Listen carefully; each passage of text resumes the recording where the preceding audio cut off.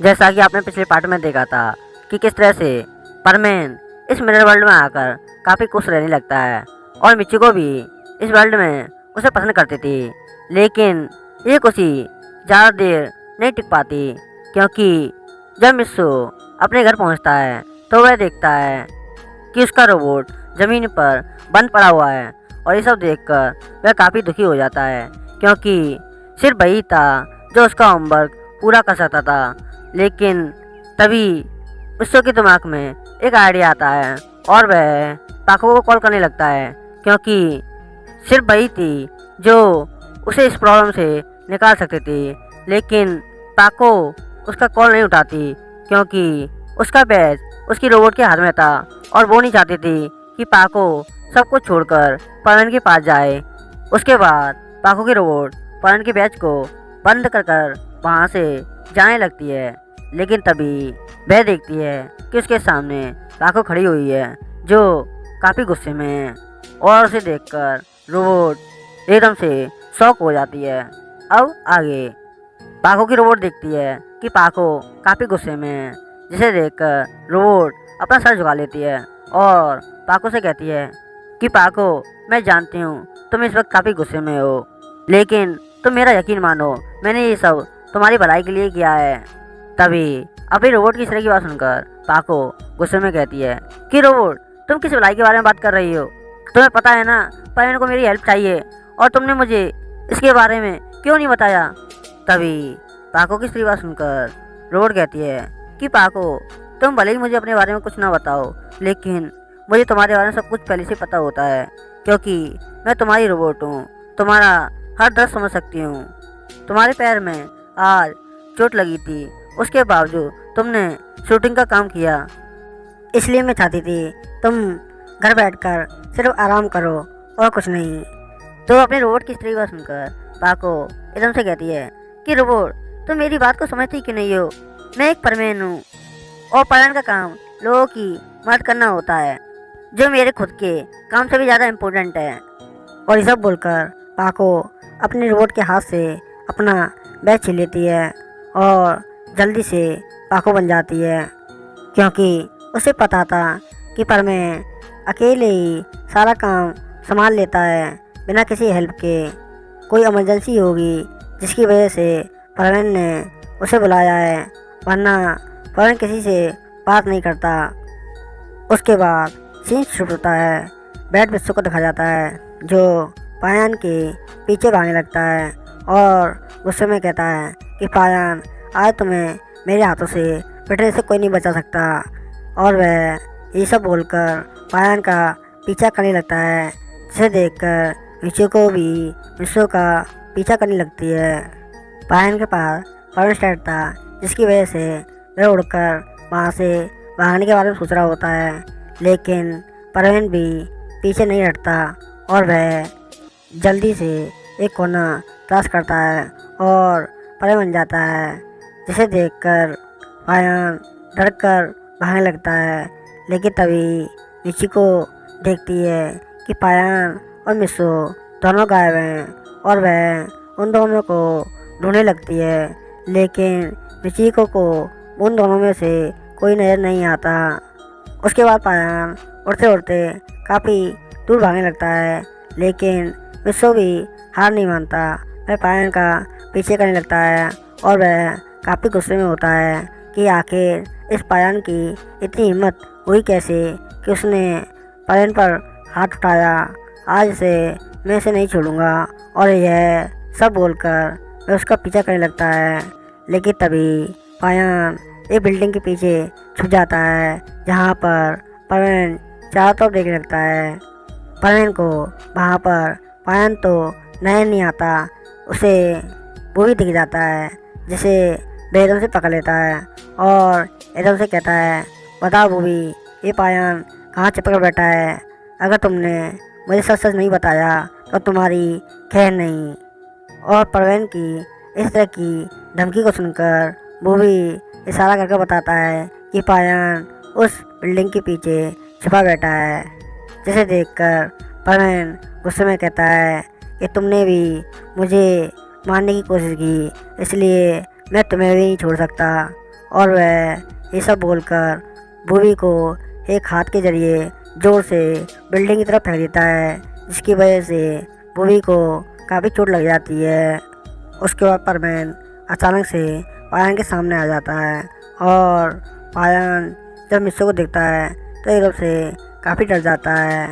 तभी मिस्सू उसकी पर चादर पकड़कर खींच लेता है, जिसकी वजह से वह उड़ नहीं पाता और इस मौके का फ़ायदा उठाकर परमैन उसे पीटना चालू कर देता है और वह उसे इतना मारता है कि मारते मारते उसकी अधमरे कुत्ते जैसी हाथ कर देता है और वह अपना पैंट शर्ट उतार कर सीधे पायन को घसीटते मैदान की तरफ ले जाता है, जहाँ पर मिची को खड़ी हुई होती है और ये सब देखकर एकदम से काफ़ी डर जाती है।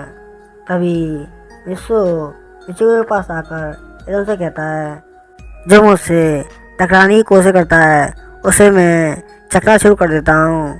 तुमने आज मुझे देख लिया होगा मिचिको।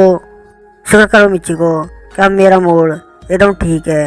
अगर मेरा मूड थोड़ा सा भी और ख़राब होता तो उसकी जगह तुम यहाँ पर लेटी होती। अब हट जा मेरे सामने से, वरना एक जोरदार तमाचा मारूंगा, जिसकी वजह से तुझे दिन में तारे दिखने लगेंगे, समझी क्या? और मिस्सू की इस तरह की बात सुनकर मिची को काफ़ी डर जाती है और मिस्सू की इस तरह की बात सुनकर मिची को एकदम से काफ़ी डर जाती है और वह एक साइड हो जाती है, जहाँ पर मिस्सू वहाँ से चला जाता है। जिसे जाते हुए देखकर मिची को एकदम से कहती है कि मुझे तो अपनी आंखों पर यकीन नहीं हो रहा कि मिस्सू सच में इतना ज़्यादा खतरनाक है। इसे तो मैंने कभी भी इतने गुस्से में नहीं देखा। इसने तो पायन को भी नहीं छोड़ा कि पायन एक परमैन है और उसके पास आम इंसान से कई गुना ज़्यादा स्ट्रॉन्ग पावर है। उसके बावजूद वह मिस्सू से इतनी आसानी से कैसे पिट सकता है और वह ये सब सोचकर एकदम काफ़ी गुस्सा हो जाती है और पायन के पास जाकर कहती है कि पायन, तुम तो बोल रहे थे कि मैं काफ़ी स्ट्रांग हूँ और मेरे आगे कोई भी नहीं टिक सकता, तो फिर तुम मिस्सू से कैसे पट गए, पता मुझे। तभी मिचिको की इस तरह की बात सुनकर पायन कहता है कि मिचिको, तुमने मुझे बताया क्यों नहीं कि तुमने मुझे मिस्सू को पीटने के लिए बुलाया है। तभी पायन की इस तरह की बात सुनकर मिचिको एकदम से कहती है कि अगर बता देती तो तुम मेरा काम ही नहीं करते, लेकिन मुझे क्या पता था कि तुम इतनी आसानी से उसके सामने हार मान जाओगे।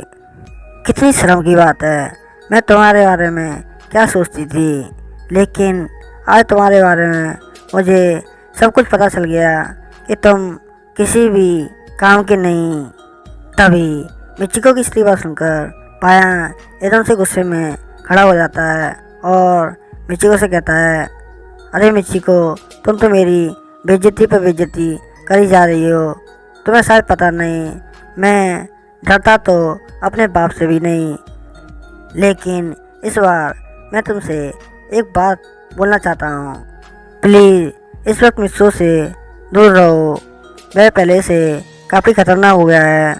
मैंने आज तक कभी भी मिस्सू को इतने गुस्से में नहीं देखा। मैं सिर्फ तुमसे इतना कहना चाहूँगा कि आगे से कभी तुम मुझे इस तरह के मामले में नहीं घसीटोगी, क्योंकि काफ़ी दर्द होता है।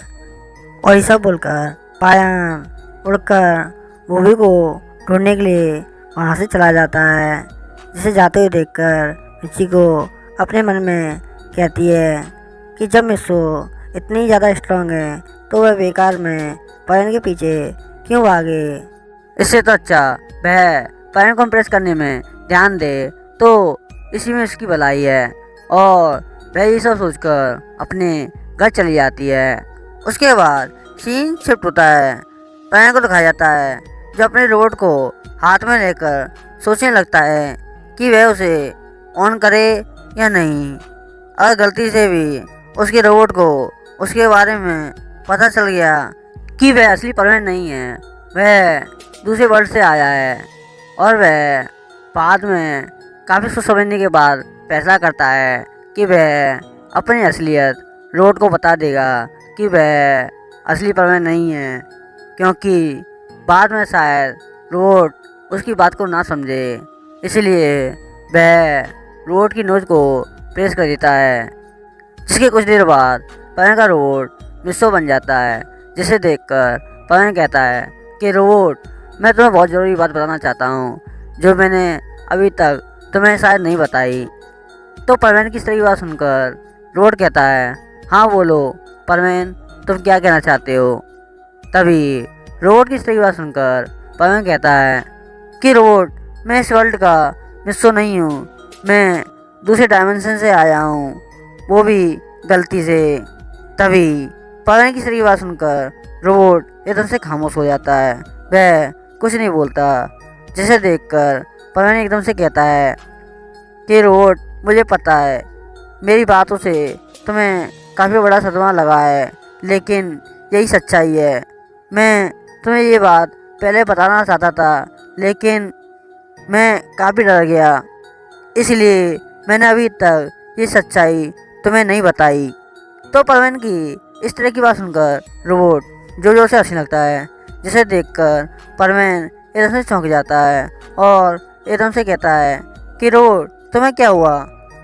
तभी परवीन की इस तरह की बात सुनकर रोबोट एकदम से शांत हो जाता है और परवीन से कहता है कि परवीन, मुझे तो अपनी आंखों पर यकीन नहीं हो रहा कि तुम इतना अच्छा मजाक भी कर लेते हो। सच में तुम काफ़ी अच्छा मजाक कर लेते हो। और वह ये सब बोलकर फिर से हंसने लगता है, जिसे देखकर मिस्सो एकदम से चौंक जाता है और वह एकदम से कहता है कि रोबोट, मैं सच बोल रहा हूँ, मैं असली परवीन नहीं हूँ, मैं गलती से इस डायमेंशन में आ गया हूँ, मेरी बात पर यकीन क्यों नहीं करते।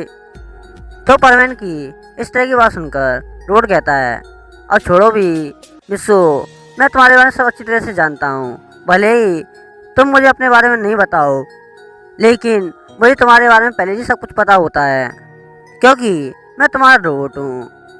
तभी रोबोट वाली बात सुनकर परवीन के दिमाग में एक आइडिया आता है और वह एकदम से रोबोट को पकड़ लेता है और उसके साथ माइंड टच कर लेता है, जिसकी वजह से रोबोट एकदम से शॉक हो जाता है और एकदम से कहता है कि कि कि परवीन, तुम तो एकदम सच बोल रहे हो, मुझे तो विश्वास नहीं हो रहा कि तुम असली परवीन नहीं हो, तुम सच में दूसरे डायमेंशन से आए हो।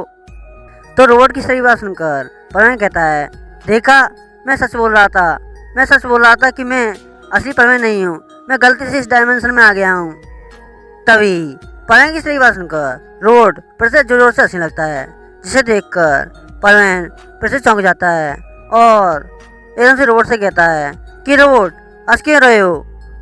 तो परवीन की सही बात सुनकर रोबोट एकदम से कहता है कि परवीन, तुम ही बताओ मुझे, मैं हंसूँ नहीं तो क्या करूँ।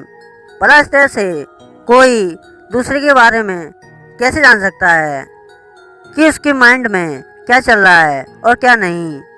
मुझे लगता है तुम आजकल कुछ ज़्यादा ही मूवी देखने लग गए हो।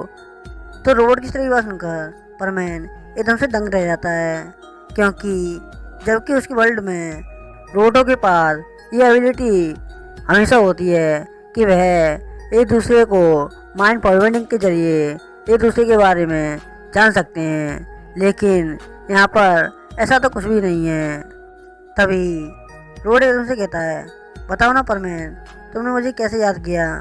अगर कोई काम है तो मैं तुम्हारा काम अभी कर दूंगा, बताओ जल्दी से। तभी रोबोट की सही बात सुनकर परवीन अपने मन में कहता है, चलिए सब छोड़ो, जो होगा बाद में देखा जाएगा, पहले मैं अपना होमवर्क रोड से पूरा करवा लेता हूँ, क्योंकि ये होमवर्क करना तो मेरी बस की बात नहीं। और वह एकदम से अपनी रोबोट से कहता है कि रोबोट, तुम्हारे लिए एक छोटा सा काम है। तो परवीन की सही बात सुनकर रोबोट कहता है, क्या। तभी परवीन कहता है, यही कि तुम मेरा स्कूल का होमवर्क कंप्लीट कर दो। तो मित्सुको की इस बात सुनकर रोड एकदम से चौंक जाता है और परमेन से कहता है कि परमेन, आज से पहले तो तुम्हें कभी भी मेरे होमवर्क कंप्लीट करने में ज़रूरत नहीं पड़ी, लेकिन मैं कुछ दिन से देख रहा हूँ कि तुम अपना स्कूल का होमवर्क मुझसे ही करवाते हो, खुद क्यों नहीं करते। तभी रोड की बात सुनकर परमेन गुस्से में कहता है कि तुमसे जितना काम करने के लिए बोला है उतना काम करो, ज़्यादा ज्ञान बांटने की कोई ज़रूरत नहीं है। तभी परमेन की बात सुनकर रोड एकदम से डर जाता है और एकदम से सीट पर जाकर बैठ जाता है परमेन का होमवर्क कंप्लीट करने के लिए, जिसे देखकर परमेन हंसने लगता है क्योंकि उसने ये सब जानबूझकर किया, क्योंकि वो चाहता था जैसा चल रहा है ऐसा ही चलने दें, इसी में ही उसकी भलाई है। और वह ये सब बोलकर अपने बेड पर चला जाता है आराम करने के लिए, जहाँ पर कुछ समय लेटने के बाद परमेन को नींद आ जाती है। और जब वह सो को उठता है तो देखता है कि इसका रोबोट टेबल पर बैठे बैठे सो चुका है, जिसे देखकर परमेन को काफ़ी गुस्सा आता है और वह गुस्से में अपने रोबोट को चिल्लाकर उठाता है कि उठो रोबोट, तुम इस तरह से क्यों सो रहे हो।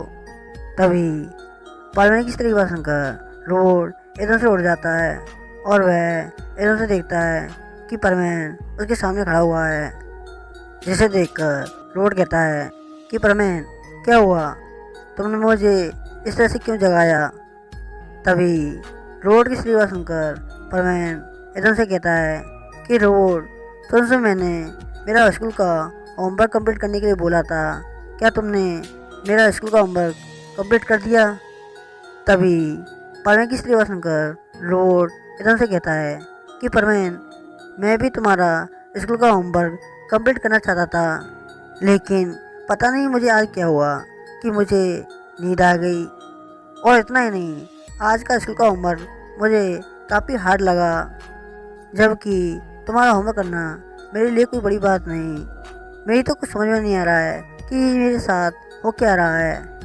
तभी रोबोट की स्त्री बात सुनकर परमेन समझ जाता है कि उसकी सारी एबिलिटी अब रोबोट के अंदर आ चुकी हैं और वह उसी की तरह पढ़ाई में कमज़ोर हो चुका है, जिसे देखकर परमेन एकदम से दुखी हो जाता है और वहीं मूड पकड़कर बैठ जाता है, जिसे देखकर रोबोट एकदम से कहता है कि परमेन, तुम्हें क्या हुआ।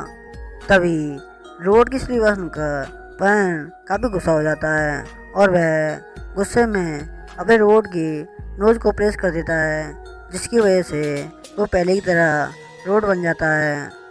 और वह ये सब सोचकर दुखी हो जाता है कि तभी वहाँ पर पाको आ जाती है, जिसे देखकर परमेन एकदम से शॉक हो जाता है।